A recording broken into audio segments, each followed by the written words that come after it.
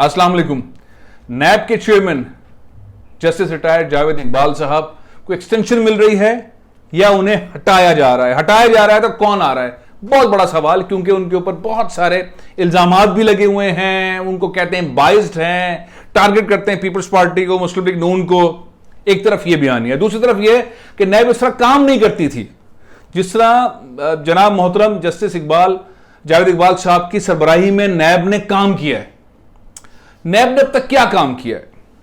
और नई अदालतें जो बनने जा रही हैं, 25 अदालतें हैं इस वक्त नैब की जो चल रही हैं, 30 अदालतें और बनने जा रही हैं। 30 अदालतों के जज आ रहे हैं, हाई कोर्ट के बराबर उनका दर्जा होगा। प्रोसिक्यूटर्स आ रहे हैं, बड़े एक्सपेंसिव किस्म के प्रोसिक्यूटर उनके पैकेजेस हैं, जो महंगे महंगे जो हमारे मुल्जिमान हैं, जिनको जो करोड़ों रुपए के फीस देकर बड़े बड़े वकील लेकर आ जाते हैं, उनका मुकाबला करने के लिए एक बड़ा सीन जो है वो इमरान खान साहब बना रहे हैं, फरूक नसीम साहब उसके अंदर लगे में जादूगरी के अंदर, नई अदालतें और नए प्रोसिक्यूटर्स और नया स्टाफ और ऐसा उसके अंदर तिगड़म लग रही है। लेट हो गए, ईद के बाद शुरू होना था, रमजान के बाद, अब तो मुहर्रम आ गया और अब तक हुआ नहीं, लेकिन बहरहाल वो उसके अंदर लगे में, उसके प्रोसेस के अंदर लगे में और एक नेशनल अकाउंटेबिलिटी ब्यूरो टाइप का सेटअप बनाने की कोशिश कर रहे हैं, जहां तक मेरी इतलात हैं। लेकिन होता है दौर में वही है, पाकिस्तान पीपल्स पार्टी की हुकूमत होती है वो अपने बंदे भर्ती करते हैं, नून की होती है वो अपने भर्ती करते हैं, पीटीआई की है देखते हैं उनके बंदे भर्ती होते हैं। या वाकई स्टेट ब्यूरोक्रेसी जिस तरह बनाने की कोशिश की जा रही है, इस तरह से स्टेट जुडिशरी बन जाए, हो सकता है। लेकिन मैं आपको बताने जा रहा हूं सबसे इंपॉर्टेंट, जब से नैब बना है टोटल शिकायतें नैब को कितनी रिसीव हुई, टोटल शिकायतें नैब को, उन शिकायतों में से जायज कितनी करार दी गई, उन शिकायतों पे इंक्वायरी कितनी शिकायतों पे हुई, और फिर रेफरेंसेस कितनों पे बना, और इस वक्त कितने रेफरेंसेस जारी हैं और उनकी मालियत है क्या। ठीक है, तो ये तो मानना पड़ेगा कि जस्टिस जावेद इकबाल साहब के दौर के अंदर स्पीड पकड़ी है, बहुत स्पीड पकड़ी है। लेकिन असल मामला इस स्पीड का नहीं है। असल मामला यह है कि जितने रेफरेंसेस हैं, जितनी इंक्वायरीज हैं, उतना अमला नहीं है नैब के पास, उतने रिसोर्सेज नहीं है, उतने प्रोसिक्यूटर्स नहीं, उतना स्टाफ नहीं है तहकीक करने के लिए। और जब अगर वो कर भी लें तो इतनी अदालतें नहीं है केस चलाने के लिए, तो अदालतों की तादाद ज्यादा। इसलिए अब अगला गेयर जो है उसमें 30 अदालतें ऐड हो रही हैं। सुप्रीम कोर्ट ने कहा 120 अदालतें, सुप्रीम कोर्ट में हुकूमत ने कहा कि 120 अदालतें हमें बनाने की जरूरत है। सुप्रीम कोर्ट ने कहा आप अदालतें बनाएं, हुकूमत ने बोला हमारे पास वसाइल अभी इतने, हम 30 अदालतें बनाएंगे। सुप्रीम कोर्ट ने कहा 90 दिन के अंदर सुबह शाम दोपहर रात केस चला के, रेगुलर केस चला के फैसले करें। तो यह हिदायत सुप्रीम कोर्ट की आई हुई है, चीफ जस्टिस जनाब जस्टिस गुलजार अहमद साहब की हिदायत है, जिसके ऊपर हुकूमत काम कर रही है। बैरिस्टर फरूक नसीम जो वफाकी वजीर कानून है वो इस पर काम कर रहे हैं, इमरान खान साहब का फोकस है। बाकी पार्टियां इल्जाम लगा रही हैं कि ये काम ठीक नहीं है, हमारे खिलाफ ये कार्रवाई हो रही है। खैर, पाकिस्तान की बहुत पैसा पाकिस्तान का लुटा हुआ है बेनामी अकाउंट के अंदर, इसके अंदर उसके अंदर। सिंध के अंदर तो भी नई इंक्वायरी शुरू हो रही हैं। ऑलमोस्ट सिंध के कैबिनेट के सारे बंदे फिटी हैं नैब के मामला के अंदर। बहुत 12,000 अरब रुपए का गड़बड़ है 10 सालों के अंदर, उसके बाद 3 साल और हो गए हैं, मजीद पैसों की गड़बड़ है। पंजाब के अंदर भी यही गड़बड़ है। पंजाब के अंदर तो कहते हैं कि कोई 35-40 हजार अरब रुपए की गड़बड़ है शहबाज शरीफ साहब के दौर के अंदर। इसी तरीके से बलूचिस्तान के अंदर भी गड़बड़ है, केपी के अंदर भी गड़बड़ है, सारी गड़बड़ है। लेकिन फोकस पीपल्स पार्टी और नून को ज्यादा किया जा रहा है, ज्यादा बजट जो है वो यहां के। अब उस सवाल पे आता हूं, आप जानकर हैरान होंगे, नैब के फिगर्स दे रहा हूं आपको।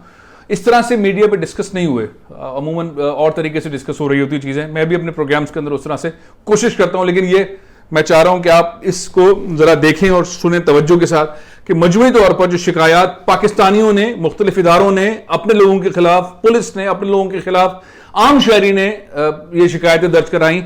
जो शिकायतें टोटल मौसूल हुई नैब को वो हैं 4,96,460। ये शिकायतें थी गबन की, अपना जिसे कहते हैं कि एसिड उतने आपने बना लिए और आपकी सैलरी, आपका बिजनेस, आपकी चीजें इतनी नहीं थी और सरकारी पैसे के जरिए बनाया। इस तरह की आपने लोगों ने बनाया, सरकारी लोगों ने, ब्यूरोक्रेट्स ने, पॉलिटिशियंस ने।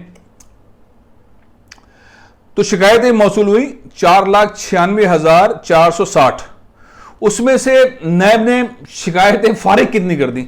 4,87,124। उन्होंने कहा फारिग कर दी, ये जाली हैं, या आप इसके खिलाफ कर रहे हैं, वो उसके खिलाफ कर रहा है, वो उसके खिलाफ कर रहा है, वो उसके खिलाफ कर रहा है, ये नहीं चलेगा।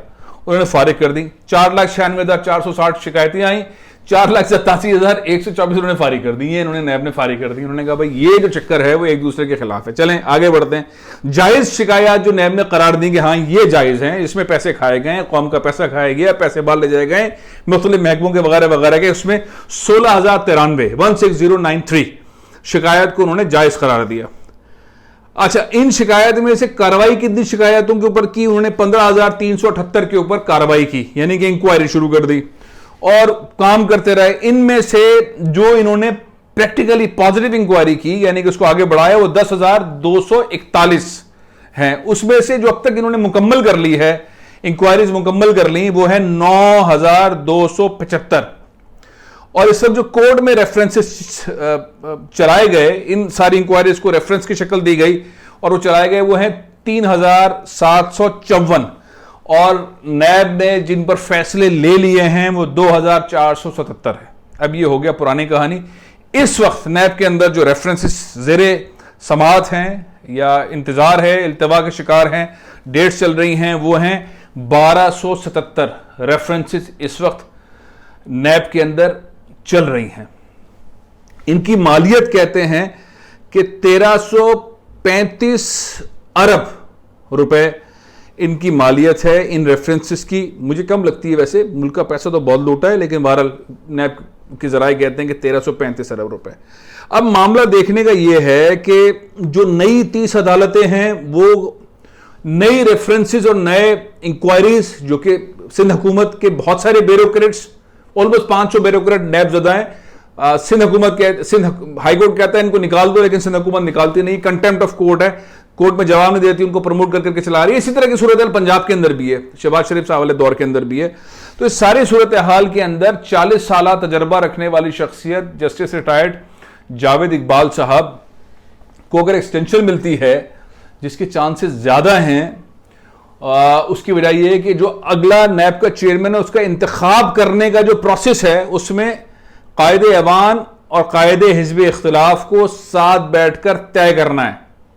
यानी कि इमरान खान को, शहबाज शरीफ साहब को आमने सामने बैठना है, उसके बाद तय करना है कि कौन किसको बनाया जाए। 2 नाम हम दे, 2 नाम आप दे, 2 नाम इधर उधर से पकड़ के किसी बंदे को बनाया जाए, तो ये तो हो नहीं सकता, क्योंकि पहले मुस्लिम लीग नून और मुस्लिम लीग पाकिस्तान पीपल्स पार्टी ने मिलकर बैठकर इत्तेफाक के राय से जस्टिस जावेद इकबाल साहब को बनवाया था।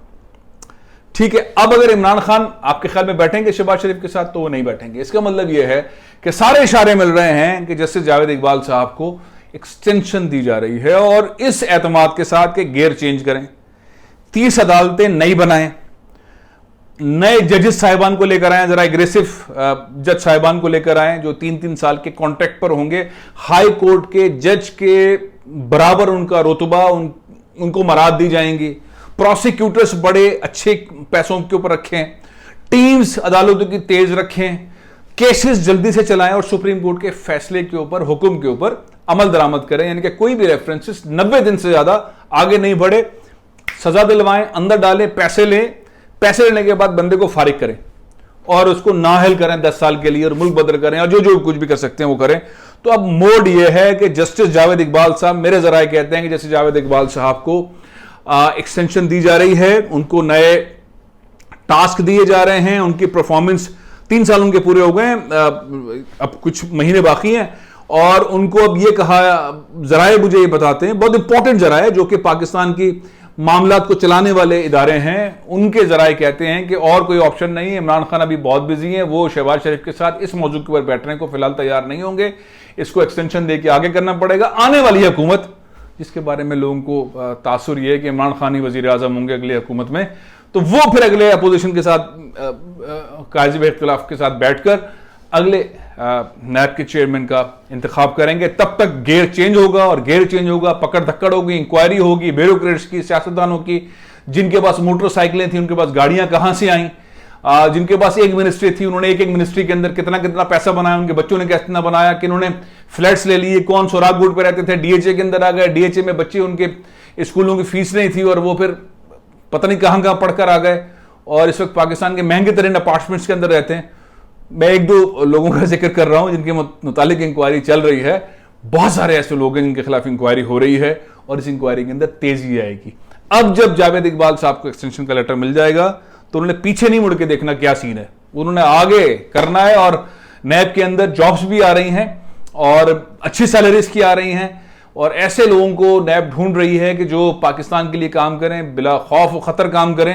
लेकिन बहरहाल ये जुमले ही होते हैं, असल में वही होता है। मुस्लिम लीग नून वाले अपने बंदे रखते हैं, पीपल्स पार्टी वाले अपने रखते हैं, जिसको मौका मिलता है अपने रखते हैं। अब देखते हैं पीटीआई वालों को मौका मिल रहा है भर्ती करने का, वो अपने रखते हैं, या वो नारा जो लगाते हैं कि नेशनल एक स्टेट ब्यूरोक्रेसी होनी चाहिए, ऐसी जुडिशरी होनी चाहिए, वो वैसा करते हैं। क्या करते हैं? बहरहाल मैं प्रोग्राम में खत्म कर रहा हूं। खबर सबसे बड़ी यह है, रेफरेंसेस बहुत सारे हैं, 1277 रेफरेंसेज हैं, 1335 अरब रुपए निकालने हैं, और जस्टिस जावेद इकबाल साहब चेयरमैन नैब रहेंगे तब तक, जब तक कि नई हुकूमत नहीं आ जाती।